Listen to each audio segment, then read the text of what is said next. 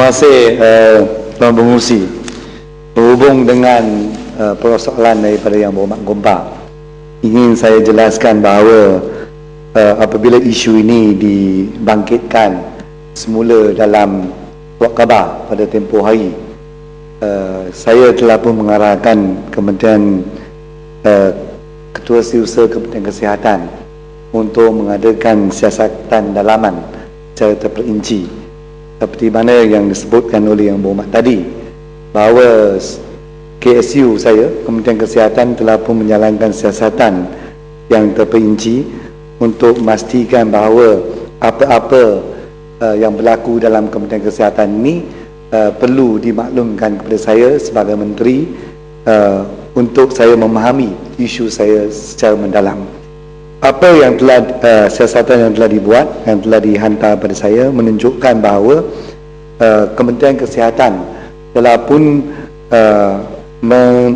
guna pakai semua peraturan yang ada dan juga mematuhi semua prosedur yang sedia ada untuk mengambil alih sesebidang tanah yang diperlukan.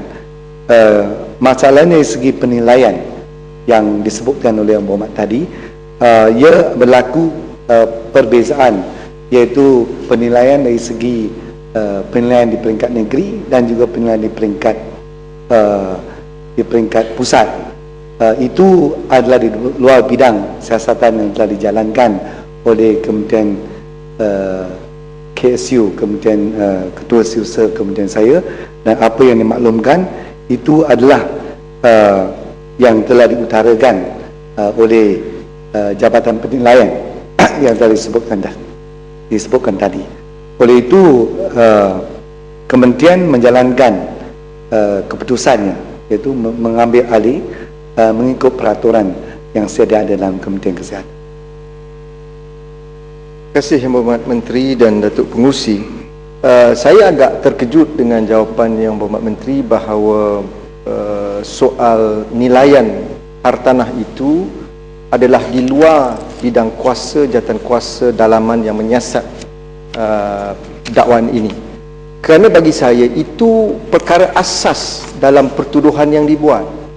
Bagaimana ada dua penilaian yang dibuat oleh dua jabatan kerajaan, satu di peringkat negeri dan satu di peringkat pusat.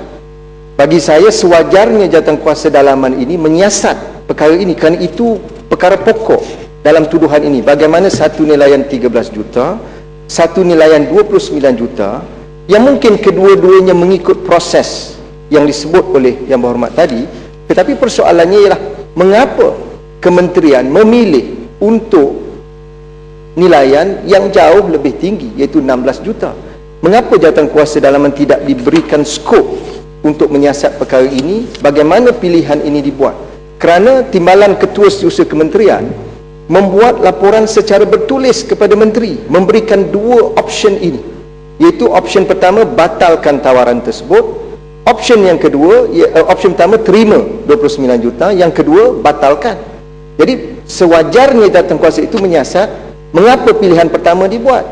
Dan saya percaya dianya ada kaitan dengan perkara yang saya bangkitkan, kerana setiausaha politik Menteri terlibat dalam perkara ini. Mengapa ini tidak disiasat? Jadi saya pohon penjelasan daripada Yang Berhormat Menteri. Terima kasih Yang Berhormat Pengerusi dan Yang Berhormat dari Gombak. Saya telah jelaskan dengan sejelas-jelasnya bahawa di bawah bidang kuasa yang ada di bawah kementerian saya telah guna pakai, dan saya pastikan bahawa tidak ada penyelewengan yang berlaku dalam proses pengambilan tanah yang telah diambil oleh kementerian pada masa yang disebutkan tadi. Oleh itu, apa yang berlaku sekarang,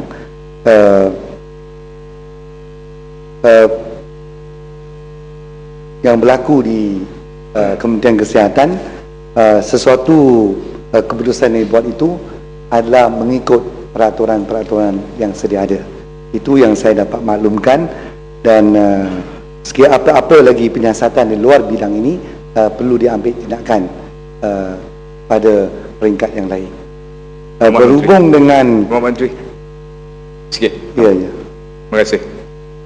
Pengerusi, saya berminat tentang isu ini bukan semata-mata melihat terhadap nilai tanah itu, tapi kita harus lihat tujuan kawan-kawan kita di sebelah sini bukannya untuk mengkritik semata-mata.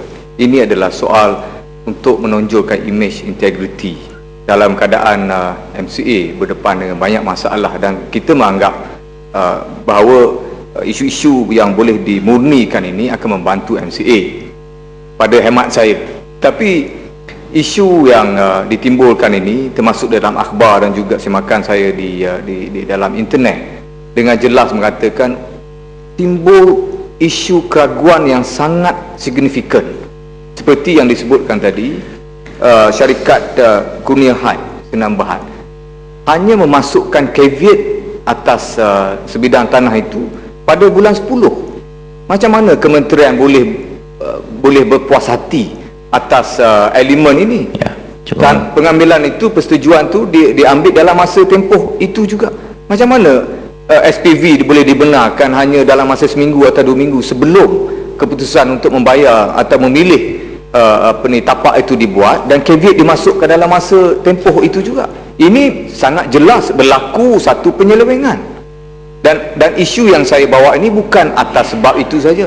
Kita nak membuat keputusan sama ada meluluskan tambahan belanjawan yang dipohon oleh Kementerian Kesihatan, dan sekiranya isu ini dilihat jelas mencalakan imej kementerian, juga bermaksudnya dia juga memperlihatkan isu politik dalaman MCA jauh lagi daripada penyelesaian sebagaimana kita harap.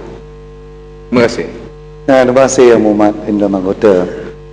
Saya nak jelaskan di sini bahawa siasatan dalaman telah pun dijalankan, dan saya juga difahamkan juga bahawa siasatan ada laporan juga kepada MACC, SPR, dan SPR masih lagi membuat siasatannya, dan kita biarkanlah untuk siasatan lanjut yang dibuat oleh pihak berkuasa yang lain untuk pastikan perkara ini dapat dijelaskan dengan sebaik mungkin.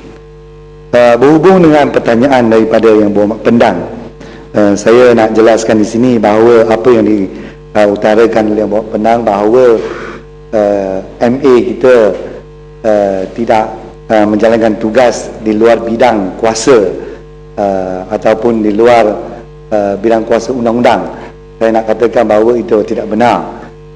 Memang bawah Medical Act 1971 dia bidang kuasanya hanya untuk doktor, pegawai perubatan, tapi bagi medical assistant dan jururawat ada juga peraturan-peraturan dan juga undang-undang yang lain untuk membolehkan MA dan jururawat memberi perkhidmatan kesihatan yang sebaik mungkin. Oleh itu, apa yang diguna pakai sekarang di Klinik Satu Malaysia bagi medical assistant, iaitu pembantu perubatan, memang kita mempunyai menurut undang-undang yang sedia ada, kerajaan tidak akan melakukan apa-apa di luar undang-undang yang disebutkan tadi oleh Yang Berhormat Pendang.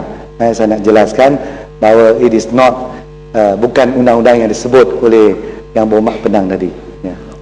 Pertamanya saya ada dua isu. Terima kasih Menteri. Yang pertamanya tentang nama disebut, memang jelas disebut di dalam Klinik Satu Malaysia penolong pegawai perubatan. Kenapa digunakan sebagai penolong pegawai perubatan? Yang keduanya, saya nak baca di sini Akta Poison 1952 Act 366. Itu menjadi kesalahan, memberikan ubat rawatan apa semua ni. Yang kedua, Section 22, in this act where anything is required to be done under the immediate personal supervision in any person, kemudian it shall be deemed to have been so done if such person was at the time it was done upon the premises where it was done. Itu yang kedua. Yang ketiganya, immediate consultation by the person doing such thing. Immediate consultation maknanya kalau sekiranya misalnya Klinik Satu Malaysia ada di Kampung Kerinci dan pegawai perubatan tu ada di hospital, macam mana dia nak boleh mengadakan immediate consultation? Terlalu jauh dia punya tempat tu. Sudah saya jelaskan ya, Bu.